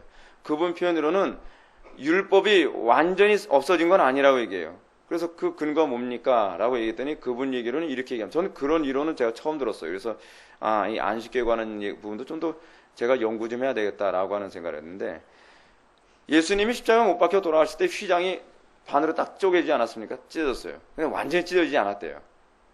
근데 완전히 찢어지지 않았다는 말이 성경에 없어요. 근데 아마도 그분들은 어떤 근거를 가지고 얘기했는지 모르지만 완전히 찢어지지 않았다. 근데 완전히 찢어졌어요. 왜냐하면 둘로 나뉘었다라고 성경이 기록하고 있거든요. 그럼 완전히 나눠진 거예요. 완전히 찢어진 거예요. 근데 휘장이 완전히 반으로 딱 그 사람들을 생각했을 때 위로부터 아래로 찢어진 게 아니라 아래서부터 위로 찢어졌다고 생각하는지 모르겠어요. 근데 성경은 위에부터 아래로 찢어진 거거든요. 근데 휘장 자체가 원체 탄탄하게 이렇게 묶어놓은 거기 때문에요. 위에부터 찢어지면 아래는 안 찢어질 재간이 없어요. 팽팽하게 잡아서 묶어놓은 상태이기 때문에 위에부터 찢어지면 쫙 찢어지거든요. 근데 그분들은 그렇게 얘기하면서 이 부분이 완전히 찢어지지 않았기 때문에 이 부분의 율법은 아직 살아있다는 거예요. 그러면서 뭐라고요? 안식일을 지킬 수 있도록 개량을 해버렸어요. 그분들은요. 문제가 그거예요. 그래서 그 사람들은 믿음을 뭐라고 생각을 하냐면 여러분 가톨릭하고 굉장히 비슷한 영역이 있습니다. 뭐냐면 안식교에서 요구하는 방식으로서의 안식일을 지키는 것이 믿음이라고 생각하는 거예요. 그럼 믿음이 사실 아니죠. 우리가 지킬 수 없다는 것을 인정하고 우리가 그리스도 안에서만 안식을 누림. 그래서 궁극적으로 우리의 삶 자체가 안식의 삶이 되는 것이거든요. 그래서 이제 그분들은 우리를 어떻게 보냐면 일요일 성수주의자들이라고 그렇게 표현하더라고요. 일요일 성수주의자들. 근데 우리는 일요일 성수주의자들이 아니거든요. 칼빈이 얘기했던 것처럼 우리는 일요일을 절대시 여기는 사람이 아니에요. 그러면 왜 일요일을 그토록 강조하느냐? 특정한 한 날에 우리가 모이기로 약속했기 때문에 그래요. 그리고 특정한 한 날을 정한 이유가 어디 있어요? 예수님이 안식 후 첫날 부활하셨기 때문에. 안식 후 첫날 부활하셨기 때문에 일요일에 우리가 모이는 것이 의미가 있다 해서 우리가 일요일에 모이고 그 주의 성수를 강조하는 것이지 성경이 일요일만을 꼭 주일로 지켜야만 된다라고 강요한 부분은 없어요. 여러분 이분 오해하지 마시고 제가 이렇게 말씀드리면 또 여러분들 신학적으로 사고하지 않는 사람들은 꼭 단편적으로 생각해서 그럼 주일 성수 안 해도 된다는 얘기네. 그렇게 가면 곤란해요. 그러면 우리가 한테 같이 모여서 예배할 수 있는 시간이 다 박살나버려요. 그러니까 여러분, 왜 우리가 일요일 날을 주일로 성수하는데 목숨을 거는 거죠? 나 때문이 아니라 지체들 때문이에요. 나 하나가 주일 성수를 포기해버리게 되면 어떻게 돼요? 한 사람 한 사람 주일 성수를 다 포기해야 돼 있죠. 어떤 사람은 저는 토요일밖에 주일 성수할 수 없어요. 그러면 토요일 날 그러면 주일이 되고, 월요일 날 주일이 되고, 금요일 날 주일이 되고, 목요일 날 주일이 되고, 그 사람 각 사람의 편리를 맞추게 되면 어떻게 돼요? 성도들이 한 곳에 같이 모여서 예배할 수 있는 기회가 없어지잖아요. 그러니까 우리가 주일 성수라는 개념은 율법적 개념으로 이해하면 곤란해요. 사랑의 개념이에요. 사랑의 개념. 내가 주일을 각자가 자기를 희생하며 한 날에 모이는 이 희생을 통해서 우리 모두가 한 자리에 같이 예배할 수 있도록 하는 것이죠. 주일 성수에 관한 개념을 여러분 오해하면 안 됩니다. 우린 일요일 주의자들이 아니에요. 그러니까 이 부분에 관한 신학적인 개념도 없이 그냥 문자적으로만 자꾸 주일 성수해라, 주일 성수하라라고 얘기하니까 왜 주일 성수를 목숨같이 해야 되는지를 잘 이해를 못해요. 그거를요. 그러니까 자꾸 신앙이 밋밋해져 버리죠. 깊이 있어지지가 않고. 예. 율법이 의미하는 것입니다. 그래서 여러분 437페이지 보시게 되면 위에서 하나, 둘, 셋, 넷, 다섯 번째 줄을 보면 율법으로는 어떻게 해요? 죄를 깨달음이니라. 죄를 깨닫지 않고 복음으로 갈 수 없다는 얘기예요. 그죠? 여기서 사도는 아직 중생하지 못한 죄인들이 체험하는 바 율법의 첫 번째 기능을 말씀하고 있어요. 또한 사도는 이렇게 얘기합니다. 율법이 들어온 것은 범죄를 더하게 하려 함이라.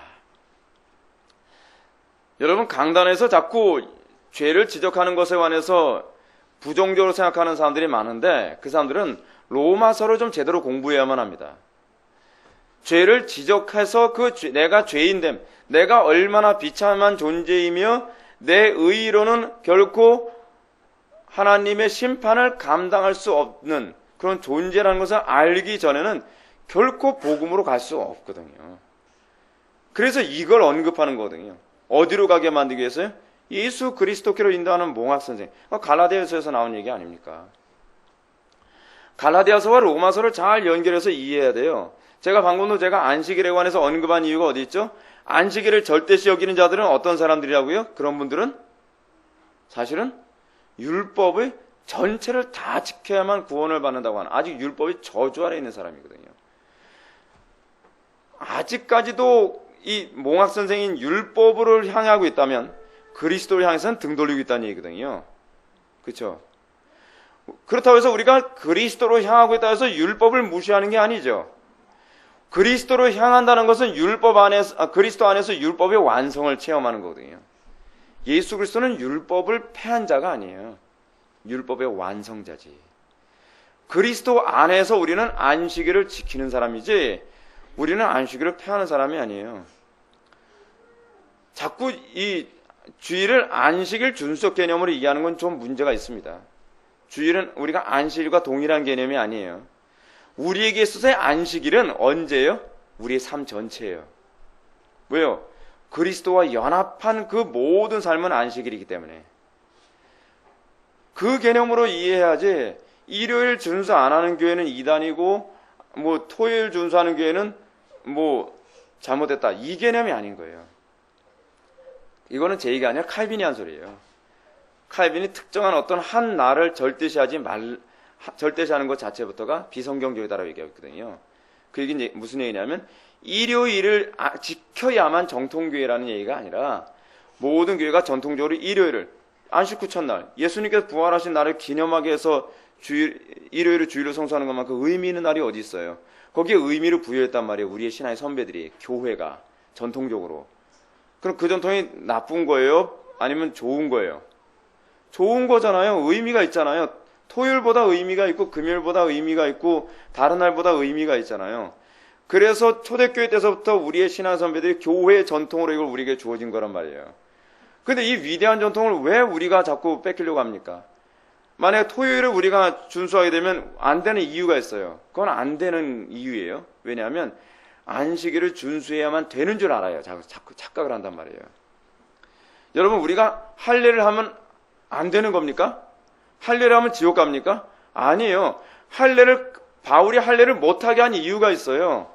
할례를 받으면 지옥 갈까봐가 아니라 할례를 받기 시작하면 소위 구원이 할례에 있다고 착각을 하기 때문에 그래요. 시간이 가면 갈수록. 그렇죠? 그래서 할례를 못하게 한 거거든요. 그렇기 때문에 사도 바울은 어떻게 했죠? 오히려 어떤 제자는 데려와서 어떻게 해요? 할례를 시켰잖아요. 어떤 헬라인 제자를요. 디모데였나요? 할례를 시켰잖아요. 아니 왜 이랬다 저랬다 합니까? 사도 바울은 율법을 절대화시킨 사람이 아니란 얘기예요. 사도 바울이 할례를 금한 이유는 할례를 함으로 말미암아 그가 율법의 노예 노릇하여 그리스도를 못 보게 될까 봐 그런 거거든요. 이 부분을 분명하게 이해해야만 주의 성수에 대한 이해도 선명해지게 됩니다. 자, 어거스틴의 한 말 한번 봅시다. 그 패러그래프 밑에서 세 번째 줄. 아우구스티누스의 말처럼 은혜의 성령이 없으면 율법은 그저 우리를 고소하여 죽이기 위해서만 존재할 뿐이다. 그래서 여러분 항상 율법을 얘기할 때 항상 어떻게 얘기해야 되느냐? 성령의 조명하심을 의존해야 돼요. 예. 은혜의 성령이 없으면 율법은 그냥 정죄로밖에 안 들린다는 거예요. 자, 우리 8항으로 넘어갑시다. 율법의 정죄의 기능이 신자와 불신자에게 미치는 효과. 율법의 정죄 기능은 신자와 불신자 모두에게 행사된다는 거예요. 자, 여러분 자꾸 이렇게 그 무율법주의자들, 대표적인 구원파 같은 사람들, 그런 사람들 어떻습니까? 구원받은 이후에는 율법이 필요 없다라고 자꾸 생각하죠. 자, 율법의 기능에 관해서 종교 교육자들이 얘기했던 부분을 다시 한번 기억해 볼까요? 율법에 세 가지 기능이 있다 그랬죠. 첫 번째 기능이 뭐예요? 세상의 법을 만드는 기준을 제시하는 것. 그래서 율법의 첫 번째 기능이라고 그랬어요. 율법의 두 번째 기능이 뭐라 그랬습니까? 우리를 그리스도께로 인도하는 몽학 선생이 역할을 하는 것. 율법의 세 번째 기능이 뭐라 그랬죠? 율법의 세 번째 기능은 구원받은 성도들이 하나님과 동의하는 그 삶의 방식으로서 주어진 거예요. 그렇기 때문에 율법은 참 재미있는 게 뭐냐면요. 이 놀라운 이 방식 때문에요. 이 예배당 안에 회심한 사람도 있고 회심하지 않은 사람도 있고 초신자도 있고 오래 신앙생활하는 사람도 있고 교리를 많이 알고 있는 사람도 있고 적게 아는 사람들도 있음에도 불구하고 강단 설교가 모든 사람에게 똑같이 적용될 수 있는 이유가 여기 있어요. 율법을 얘기하게 되면요. 거듭나지 않은 사람에게는 그것으로 인해서 그리스도로 향하게 만드는 몽학 선생의 역할을 해요. 근데 똑같이 율법을 얘기하는데 거듭난 사람에게는 그 율법이 어떻게 와닿아요? 아하, 내가 하나님을 기쁘시게 해드리고 이웃을 사랑하며 내가 주님과 날마다 동의하는 삶을 살려면 이렇게 살아야만 하는 거구나. 소위 나의 삶의 방식에 대한 고민거리에 대한 응답으로 들려요. 놀라운 거죠. 그렇죠? 그래서 놀라운 일이 뭐예요? 한 자리에서 같이 설교 들으면서도 어떤 사람은 내가 죄인이라는 것 때문에 애통한 반면에 어떤 사람은 감사하고 기뻐하죠. 왜냐하면 이렇게 살아야 하나님을 기쁘시게 해드릴 수 있구나. 예. 그래서 여러분들 설교를 들을 때 어떻게 설교 듣는 게 항상 복돼요? 율법의 설교를 들으면서도 이것이 내가 하나님과 동의할 수 있는 길을 알게 돼서 감사와 기쁨과 감격으로 들리는 거. 이게 얼마나 복된 건지 모릅니다. 그래서 여러분들 그 첫 번째 패러그래프 밑에서 세 번째 줄 로마서 11장 32절 말씀 인용 보시겠습니다. 하나님이 모든 사람을 순종하지 아니하는 가운데 가두어두심은 모든 사람을 멸망시키기 위함이 아니요 모든 사람에게 긍휼을 베풀려 하심이로다. 이는 곧 그들로 하여금 자기 자신의 힘을 믿는 어리석은 생각을 놔버리고 자기들이 오직 하나님의 손길에 의해서만 지탱되고 서 있다는 것을 깨닫게 하기 위함이라는 뜻이다. 이거 깨닫는 게 왜 이렇게 힘든지 모르겠어요. 그렇죠? 우리가 오로지 하나님의 손길에 의해서만 지탱되고 서 있다는 걸 깨닫게 되는 거. 여러분 이거 깨닫는 게 신앙입니다. 매 순간순간마다. 여러분들은 기도, 어떤 분은 그런 사람 있어요. 위장병에 걸려가지고요. 기도를 간절히 하고 나서 밥을 먹으면 소화가 잘 되는데 기도를 대충 하고 나서 밥을 먹으면 그날은 100% 체하는 날인 거예요. 여러분 이렇게 연단받고 싶진 않겠죠. 그렇죠? 네. 우리의 삶 속에서 날마다 매 순간순간마다 하나님에 대한 감격이 있어서 내가 굳이 꼭 이렇게 하지 않아도 내가 정말 하나님의 손길에 의해서만 나의 삶이 지탱되어진다는 것을 느끼며 살아가는 사람만큼 복된 사람이 없습니다. 하나님 없는 인생이 존속될 수 없음을 지각하는 것만큼 복된 삶이 없는 줄 믿으시기 바랍니다. 기도할 때에 여러분들이 기도를 어떻게 해야만 합니까? 제가 지난번에도 제가 여러분한테 말씀드렸죠. 기도할 때 근심으로 기도 끝내지 마십시오. 기도는 어떻게 끝나야 된다 그랬습니까? 찬송과 감격과 그리고 확신으로 끝나야 된다 그랬죠. 기도가 항상 그렇게 되어야만 합니다. 우리가 신앙생활 하면서 항상 성경대로 살지 못하는 많은 부분들이 있는데 그것이 뭐냐면 짜증으로 시작해서 짜증으로 그 기도가 끝나고 낙심으로 시작해서 낙심으로 기도가 끝나고 백날 해보십시오. 다람쥐 쳇바퀴 도는 것 같이 아무것도 달라지는 게 없죠. 시간만 때우지 마세요. 제가 여러분들한테 경건의 능력을 더 많이 의존하라고 제가 말씀드리지 않습니까? 신앙생활 하면서 여러분 예배를 그토록 많이 드렸어도 여러분들 마음이 변하지 않았다면 뭐가 문제인가를 찾아야 되는 것 아닙니까? 저는 열심히 찾고 있거든요. 제가 얼마나 부지런히 열심히 찾는지 모릅니다. 왜 저 사람은 저토록 변화되지 않는가? 왜 저 사람은 예배드리면서 감격이 없는가? 무엇이 문제가? 계속 고민하고 묵상하고 여러분들을 묵상하고 제 자신에게 다시 적용해서 제 속에서 다시 묵상을 해보면서 하나씩 답을 찾는 거예요. 어떤 분이 저보고 물어봐요. 목사님은 도대체 설교하면서 이런 부분은 어떻게 알고 설교하십니까? 그 명랑해전 명랑 그 영화에서 아버지 왜 명랑 이 전투를 하시려고 합니까? 그러니까 최민식이 이순신 여고 나와서 의리다 뭐 그렇게 얘기했다고 하지 않습니까? 저는 이렇게 얘기하죠. 묵상입니다. 왜냐하면 저에게 끊임없는 고민이 뭔지 아십니까? 어떻게 해야 저 사람들을 회심하게 만들어줄까? 어떻게 해야 저들로 하여금 하나님 앞에서 내가 무능한 존재이며 그리스도만 붙잡게 만들어줄까? 이 생각만 해보십시오. 미칠 것 같이 이 생각만 해보십시오. 그러면요, 어떻게 설교해야 될지가 자꾸 보입니다. 아, 이 부분에 대해서 아직까지 깨닫지 못하는구나. 그래, 이 부분은 어떻게 표현하는 게 좋을까? 혹여나 그궁리 하는 거예요, 그궁리.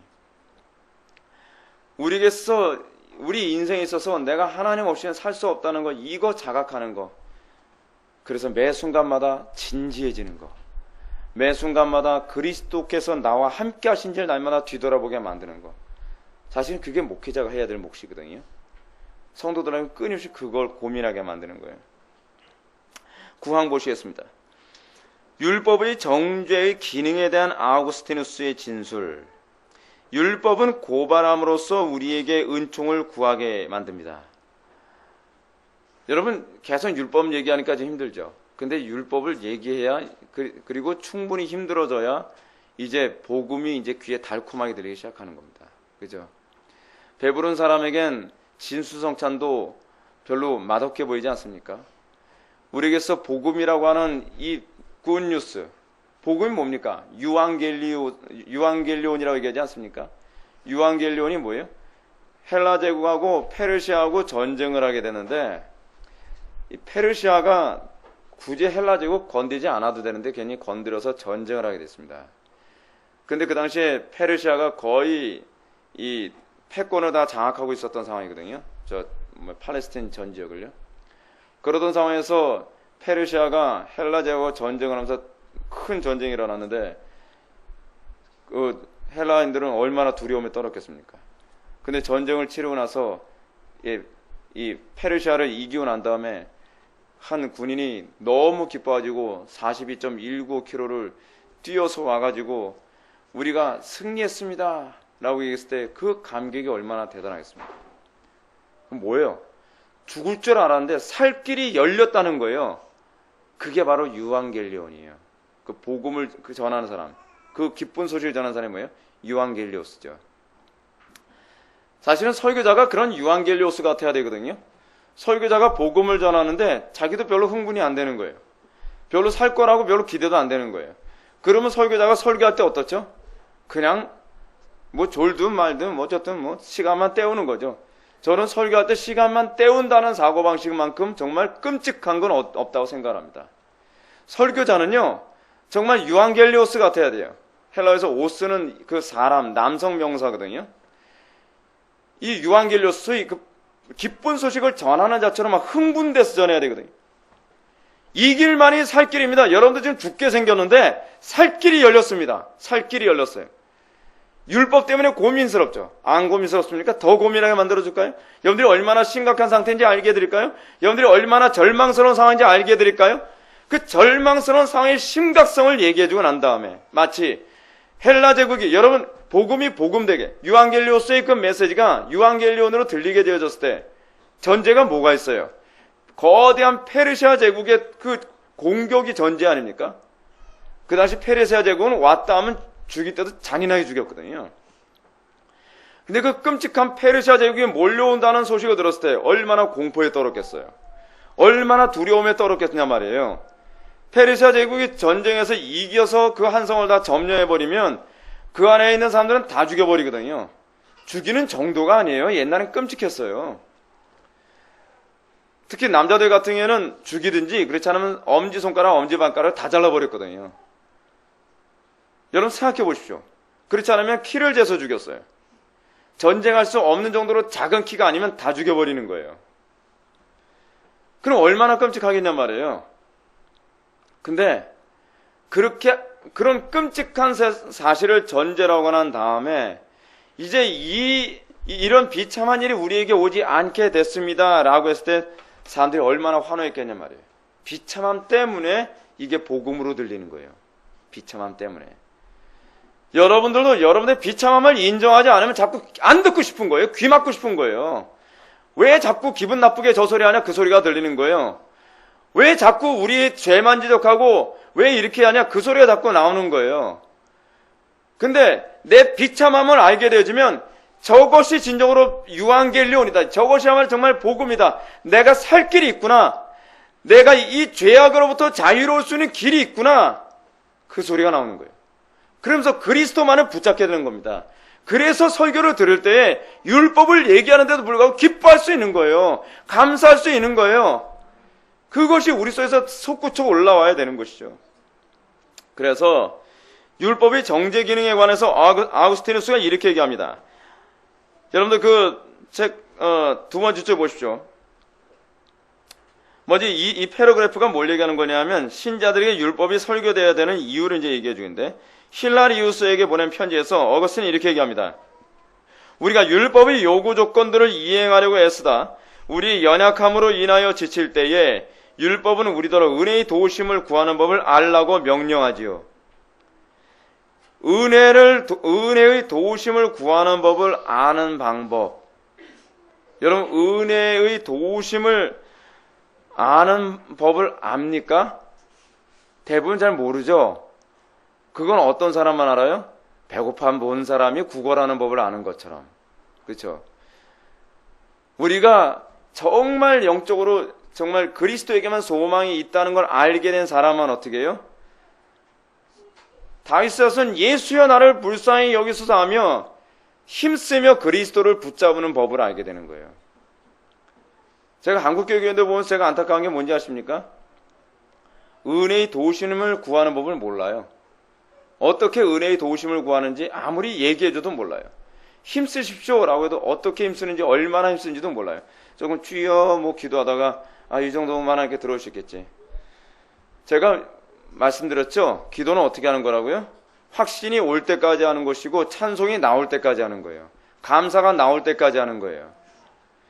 그러지 않으면 허구한 날 은혜는 구했다고 하면서도 은혜 안 받은 얼굴로 맨날 살아가요. 그 은혜 안 받은 거죠. 은혜 받는 법은 이거는 그냥 알아서 배우는 게 아니에요. 네? 여러분들 극도의 고난 상태에서 그리스도만 붙잡아야 살아남는다는 걸 여러분 아는 사람만 그걸 배우는 거예요. 그걸 배우는 거예요. 여러분들이 정말 하나님 앞에 심령 가난하게 달라고 기도하십시오. 내가 힘써 그리스도를 찾을 수 있는 그런 마음 달라고 기도하십시오. 그랬을 때 은혜의 도우심을 구하는 법을 알게 되어집니다. 비로소 알게 되는 거예요. 이건 머리로 하는 게 아니라 주님과의 관계성, 겸손해야만 하는 것이고 낮아져야만 알게 되는 거예요.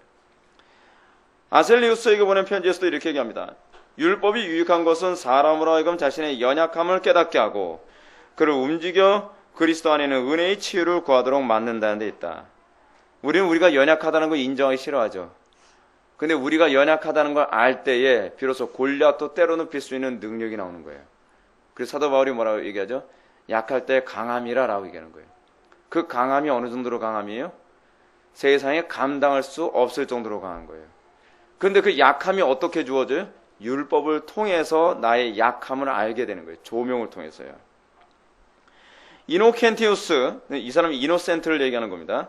이노켄티우스 에게 보낸 편지에서 율법은 명령하고 은혜가 그것을 행할 힘을 공급해 줍니다. 아, 정말 탁월한 표현 아닙니까? 율법대로 행할 수 있어요? 없어요? 없죠? 그랬을 때 은혜가 행할 힘을 준다고 얘기합니다. 발렌티누스에게 보낸 편지 봅시다. 하나님께서 우리가 행할 수 없는 것을 명령하시는 것은 우리가 그에게 구해야 할 바를 알게 하시기 위함입니다. 얼마나 좋습니까? 뭘 구해야 되는지 모르니까 어떻게 해요? 행할 수 없는 걸 여러분에게 명령하지 않습니까? 여러분들 하나님 말씀대로 살려고 하는데 왜 살 수 없는 환경을 주시죠? 그게 여러분들의 기도 제목이 되라는 거예요. 주님의 뜻을 모르겠다면서요? 주님의 뜻 가르쳐 줄게요. 여러분들 살 수 없는 거 그거 구하십시오. 예. 그게 주님께서 원하시는 바예요. 근데 우리는 자꾸 내가 하려고 그러잖아요. 그러니까 은혜를 못 받죠. 은혜를 받는 건 예배당에 와서 설교 듣는 것만 은혜 받는 게 아닙니다. 은혜 받는 건 뭐예요? 내 힘으로 할 수 없으니 하나님의 능력을 의존하게 되는 거. 그래서 설교 시간에도 겸손한 사람만 은혜 받고요. 삶 속에서도 겸손한 사람만 은혜를 받는 거예요. 은혜를 못 받으니까 맨날 똑같은 오류와 똑같은 잘못을 반복하는 거죠. 그래서 맨날 이유와 핑계를 갖다 붙이기 바쁜 거예요. 이유와 핑계 죽을 때까지 갖다 붙이라고 해봐요. 은혜하고는 관계없이 살아가는 거예요. 왜 하나님께서 그 환경 주시는가? 왜 하나님께서 나에게 이렇게 못돼 먹은 성격을 주셔서 왜 안 변화시켜 주시는가? 은혜를 구하라고요. 은혜를 안 구하면서 환경만 탓하면서 불평과 이 현실에 대한 이 탄식만 하지 말고 이것이 내가 은혜를 구해야 될 이유구나. 이것이 하나님이 내 인생에 존재해야 될 이유구나. 그렇잖아요? 여러분들 부유하고 걱정 없고 몸 튼튼하면 여러분들 은혜를 여러분 필요로 하겠습니까? 사도 바울이 그러잖아요. 자기 육체의 가시를 제어해달라고 3번 구했는데 하나님께서 내 은혜가 내게 족하도다라고 얘기하잖아요. 뭐가 은혜라고요? 가시가 은혜라는 거예요. 가시가. 어떻게 가시가 은혜가 되죠? 그것 때문에 매 순간마다 하나님을 의존할 수밖에 없게 만드시니까. 여러분들에게도 가시가 있죠? 그것 때문에 불평할 것이 아니라 이것 때문에 내가 주님을 더 의지하며 살 수 있게 되는구나. 그렇게 생각하셔야 돼요. 예. 이걸 알게 될 때 우리 신앙의 선배들의 신앙생활이 그 위대함을 알게 되는 거죠. 마지막 패러그래프 한번 보실까요? 3번째 패러그래프예요. 그리고 나서 그는 하나님께 이렇게 아뢰고 있다. 그러니 오 주여 역사하시옵소서. 오 긍휼하신 주여 역사하시옵소서. 성취할 수 없는 것을 명령하소서. 아니 오직 주의 은혜로만 성취할 수 있는 것을 명령하옵소서. 그래서 사람들이 자기의 힘으로 그것을 이루지 못하여 그 입을 다물게 하시고 아무도 스스로 자기를 크다고 여기지 않게 하소서. 여러분, 우리가 성경 말씀대로 살아가는 거 얼마나 불가능합니까? 여러분 강단에서 매주마다 설교할 때마다 여러분들 속으로 어떻습니까? 어떻게 저렇게 살라고? 이게 하나님 뜻이에요. 이것이. 여러분들 자꾸 하나님의 환경과 말씀을 자꾸 재단을 하지 마십시오. 환경에다가 말씀을 재단을 해서 갖다 붙여가지고 마치 하나님이 없어도 살 수 있는 사람과 동등한 수준으로 끌어내리지 말란 말이에요. 우리는 그게 너무 익숙해져 있죠. 그렇죠? 그래서 불신자들과 신자들과의 삶의 차이가 구분됨, 소위 카도시, 이 구분됨이 전혀 없어요. 근데 우리는 그걸 뭐라고 얘기하느냐? 지혜라고 얘기하는 거예요. 지혜. 적당히 하나님의 말씀을 계량을 해서 내가 살 수 있는 환경에 맞춰서 딱 맞춰놓는 거.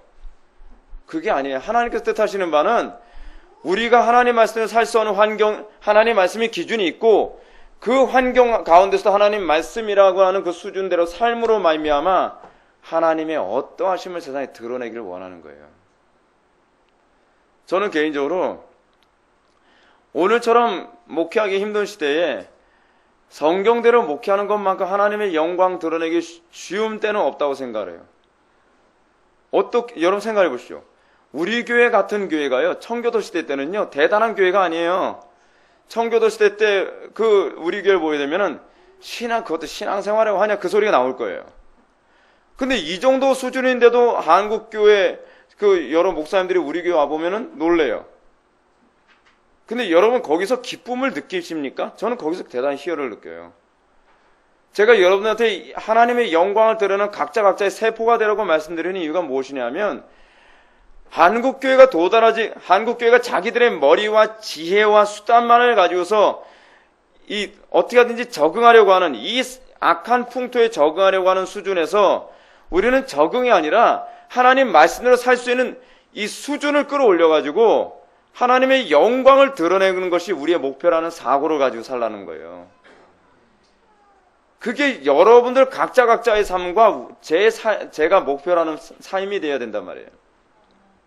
환경 얘기하는 건요, 그건 불신자들도 다 할 수 있는 얘기예요. 환경 가운데서도 우리는 성경이 요구하는 그 수준으로 우리가 살아가는 그 세상을 어떻게 만들어요? 성화시켜 만드는 거예요, 그렇게 성화시키는 거예요. 한국 초대교회 때 어떻습니까? 핍박을 받아가면서 예배에 참여하는 모습, 주일 성사하는 모습, 그 모습에서 우리가 뭘 느끼죠? 거기서 어떻게 이렇게 살 수 있을까라고 생각을 하잖아요. 그러면서 안 믿는 사람들이 뭐라고 얘기해요? 하나님이 있긴 있나 보구나 그 소리가 나오는 거잖아요. 여러분 이렇게 대답하십시오. 안 믿는 사람들이 나에게 하나님 보여주면 나 예수 믿을게. 그랬을 때 우리는 이렇게 해야 돼요. 나를 봐. 우리 공동체를 봐. 내가 하나님을 보여줄게. 고난 가운데서도 인내하고 그리고 어떤 상황에서든 믿음의 순결을 지키는 모습을 보면 여러분 그런 시대는요, 하나님 보여주면 나 믿을게 그 소리가 안 나왔어요. 지금 왜 하나님 보여주면 내가 믿을게 보여달라고 빈정거리는지 아십니까? 믿겠다는 얘기가 아니에요. 사실은요. 보여줘도 안 믿어요, 그 사람들은. 문제는 뭐냐면 하나님의 영광이 드러나야 될 교회에서 하나님의 영광이 안 드러나니까 마귀가 그 사람들의 입을 통해서 빈정거리는 거예요. 하나님의 영광? 하나님 보여주는 거? 그 교회가 해야 될 일이에요. 교회가. 왜요? 교회는 하나님의 영광의 광채신 예수 그리스도와 연합되어 하나님의 영광을 드러내도록 부름받은 존재니까요. 근데 하나님의 영광을 드러내는데 관심이 없어요. 맨날 남들보다 더 잘 먹고 잘 살까, 편안하게 살까, 그 생각밖에 안 하잖아요. 그 생각밖에. 그러니까 구분됨이 없죠. 구분됨이요. 안 믿는 사람들하고 생각하는 수준이 같으니까요.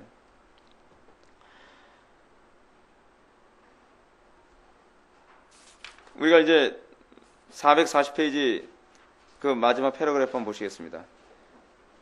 이게 율법이 불신자들에게 설교돼야 될 이유거든요. 율법의 이 첫 번째 기능은 버림받은 자들에게도 작용한다라고 얘기합니다. 버림받들에게 어떤 식으로 작용하느냐? 여러분들 정말 두려워야 될 부분이 이거예요. 여러분들 설교를 들으면서 이 안엔 딱 두 가지 종류로 갈라집니다. 한 종류 사람은 뭐냐면 율법을 강론을 받으면서 저렇게 해서 하나님의 영광을 드러내는 것이구나 라고 기쁨으로 말씀을 받는 사람이 있는가 하면 또 한 종류의 사람이 나오게 될 텐데 그 사람들은 하나님의 심판대 앞에서 너 김 목사한테 이렇게 설교 들었지? 라고 하면서 심판의 근거가 되는 것입니다. 양심의 증거가 되는 거예요. 여러분들이 어떤 이유와 핑계를 대서든지 제 입에서 나오는 이 말씀을 여러분들 부정할 수 있는 자유는 있습니다. 그러나 문제는 뭐냐면 여러분들의 양심은 하나님의 심판대 앞에서 여러분들은 직구하게 될 거라는 거예요.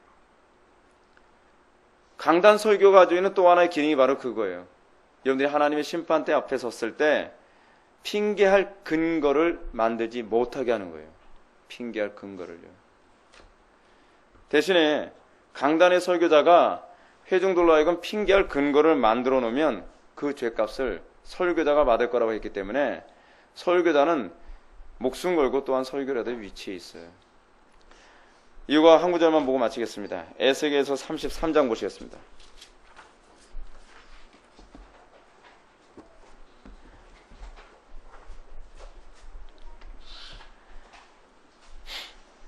에스겔서 33장 13절부터 한번 보시겠습니다. 가령 내가 의인에게 말하기를 너는 살리라 하였다 하자 그가 그 공의를 스스로 믿고 죄악을 행하면 그 모든 의로운 행위가 하나도 기억되지 아니하리니 그가 그 지은 죄악으로 말미암아 그 안에서 죽으리라. 가령 내가 악인에게 말하기를 너는 죽으리라 하였다 하자 그가 돌이켜 자기의 죄에서 떠나 정의와 공의를 행하여 저당물을 도로 주며 강탈한 물건을 돌려보내고 생명의 율례를 지켜 행하여 죄악을 범하지 아니하면 그가 반드시 살고 죽지 아니하리라. 이것과 어울러서 우리가 좀 더 볼까요? 7절 보시겠습니다. 33장 7절 인자 내가 너를 이스라엘 족속의 파수꾼으로 삼음이 이와 같으니라. 그런즉 너는 내 입의 말을 듣고 나를 대신하여 그들에게 경고할지니라. 가령 내가 악인에게 이르기를 악인아 너는 반드시 죽으려 하였다 하자 내가 그 악인에게 말로 경고하여 그의 죄악길을 떠나지 아니하면 그 악인은 자기 죄악으로 말미암아 죽으려니와 내가 그의 피를 내 손에서 찾으리라. 그러나 너는 악인에게 경고하여 돌이켜 그의 길에서 떠나라고 하되 그가 돌이켜 그의 길에서 떠나지 아니하면 그는 자기 죄악으로 말미암아 죽으려니와 너는 내 생명을 보존하리라. 이게 선지자들이 하는 기능이었습니다. 선지자의 이 설교 기능은 두 가지 기능이죠. 하나는 뭐냐면 구원케 하는 기능과 하나는 뭐냐면 심판받게 하는 심판의 근거가 되게 하는 기능이에요. 그러니까 여러분들이 설교를 들을 때 또는 하나님의 말씀을 들을 때 이 말씀이 여러분들에게 심판으로 느껴진다면 이건 곤란한 겁니다. 마음을 강팍해 하지 마십시오. 히브리서 4장에서 얘기하는 것처럼 너희가 그의 음성을 듣거든 오늘날과 같이 마음을 강팍해 하지 말라라고 얘기했던 것처럼 여러분들이 말씀을 듣고 그 말씀 앞에서 내가 하나님의 영광을 어떻게 드러낼까를 고민할 수 있는 근거가 돼야지 부담스럽다 저렇게 또 꼭 살아야만 하는가 여러분들 살고 안 살고야 여러분들 자유이겠지만 일단은 들었기 때문에 하나님의 심판대 앞에서 여러분들의 양심은 이것을 직구하게 될 거라는 것을 기억하시기 바랍니다. 율법이 가지는 중요한 기능 이 두 가지 기능을 염두에 두시고 여러분들 날마다 더욱더 신앙의 진보가 나타나는 모습으로 살아가기를 주님의 이름으로 축원합니다. 기도하시겠습니다. 사랑이 많으신 하나님 아버지 우리가 오늘 이 시간 율법이 가지고 있는 신자와 불신자에게 주어진 기능에 관하여 살펴보았습니다. 아버지 하나님 하나님의 말씀이 우리로 하여금 더욱더 그리스도께로 향하게 되는 몽학선생으로 작용케 하여 주시었고 우리가 그 안에서 자유함을 누리는 놀라운 은혜를 날마다 만끽하게 하여 주옵소서. 우리가 주의 계명을 들었을 때에 우리의 마음을 강팍해 하지 않게 하여 주시고 날마다 더욱더 거룩에 대한 열망을 품으며 어찌하든지 그 어려운 가운데서도 하나님의 영광을 드러내는데 힘쓰며 기뻐할 수 있게 하여 주옵소서. 예수님의 거룩하신 이름으로 기도하옵나이다. 아멘.